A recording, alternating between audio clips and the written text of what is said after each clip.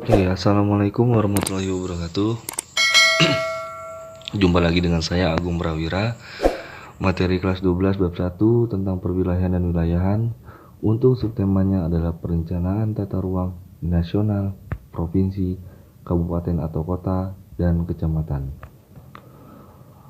Fungsinya tata ruang sendiri yaitu dari tingkat nasional hingga sampai bawahnya yaitu provinsi, lalu kemudian bahkan sampai ke kecamatan, bahkan ada yang sampai tata ruang wilayah desa atau kelurahan.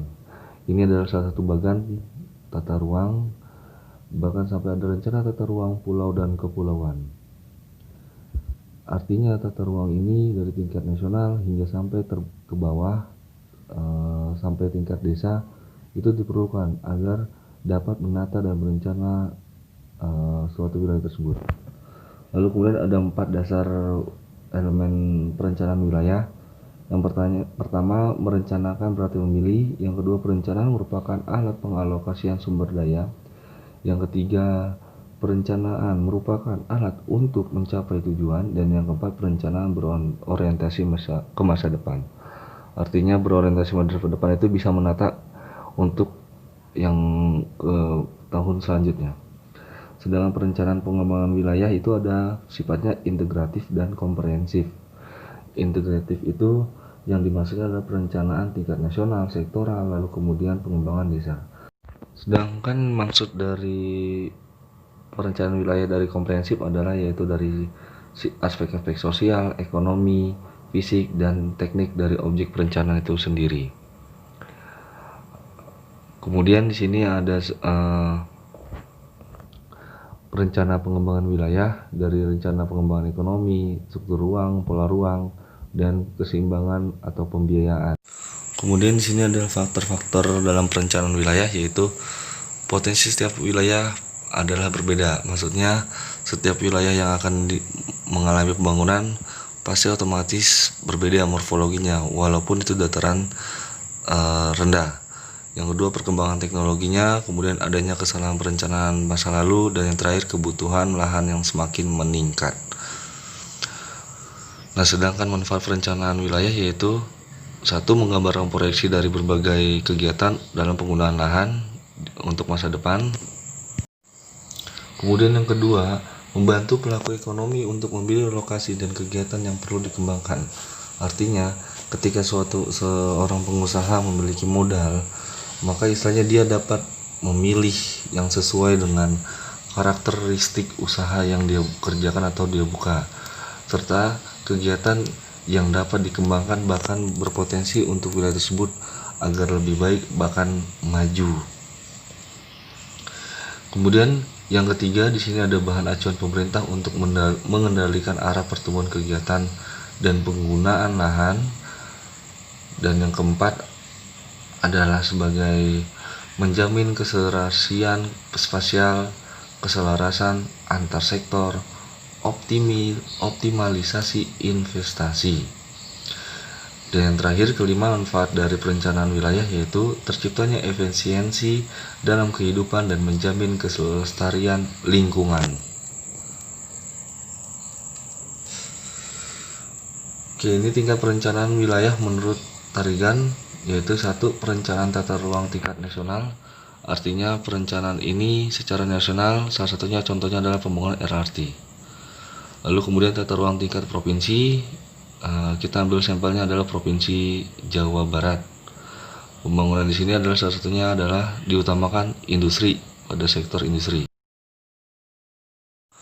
Kemudian yang ketiga, tata ruang tingkat kabupaten atau kota. Maksudnya di sini adalah pembangunan khusus untuk kabupaten dan wilayah kota saja.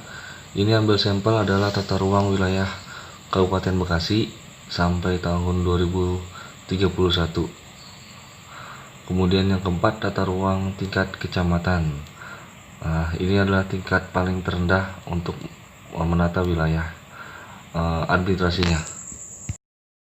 Di sini ada permasalahan dalam perencanaan tata ruang wilayah. Yang pertama, pasti akan terjadinya konflik kepentingan antar sektor, Artinya ketika misalnya pemerintah ingin menata ruang kota atau wilayah tersebut agar lebih rapi dan tertata, pasti ada suatu kelompok tertentu yang membentrok antara konsep pemerintah ataupun keinginan mereka ataupun warga. Nah, ini yang terjadi sering kali di Indonesia, perebutan lahan ataupun untuk penggunaan tata ruang wilayah ataupun pembangunan di wilayah tersebut. Yang kedua adalah terjadinya keselarasan dalam pemanfaatan ruang. Artinya ketika istilahnya ruang tersebut sudah dikonsepkan, direncanakan, kemudian misalnya tahun depan ingin dijadikan sesuatu, lalu kemudian terjadilah ketidakselarasan dalam pemanfaatan ruang. Maksudnya ruang tersebut tidak dijadikan apa yang diinginkan pemerintah. Akhirnya dijadikanlah suatu pemukiman kumuh ataupun alih fungsi lahan tersebut. Yang ketiga adalah terjadinya penyimpangan pemanfaatan ruang. Di sini bisa dicontohkan adalah kondisi banjir.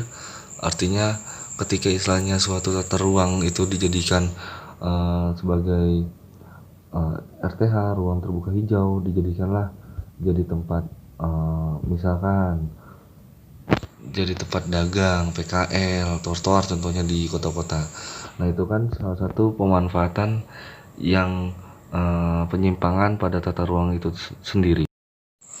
Dan yang terakhir adalah rendahnya partisipasi masyarakat dalam penataan ruang. Artinya ketika istilahnya pemerintah sudah menata agar wilayah tersebut rapi, lalu kemudian tertata, pasti ada aja oknum atau masyarakat yang tidak setuju atau tidak sesuai dengan konsep pemerintah. Contohnya, dia membuang sampah sembarangan. Padahal sudah dikonsep agar wilayah tersebut bersih, kemudian rapi, tapi ada aja beberapa oknum atau masyarakat yang rendah akan partisipasi skema dari pemerintah tersebut. Oke, materi kali ini cukup sampai di sini tentang materi tentang kelas 12 bab 1 wilayah dan perwilayahan. Semoga paham dan bisa mengerti apa yang saya sampaikan selama ini. Kata-kata bijak saya kutip dari salah satu ustadz ternama di Indonesia, yaitu Agim. Awali setiap pekerjaan dengan perencanaan yang baik, karena gagal dalam merencanakan sama dengan merencanakan kegagalan. Itu adalah salah satu kutipan dari beliau. Maka dari itu saya tutup materi kali ini. Wassalamualaikum warahmatullahi wabarakatuh.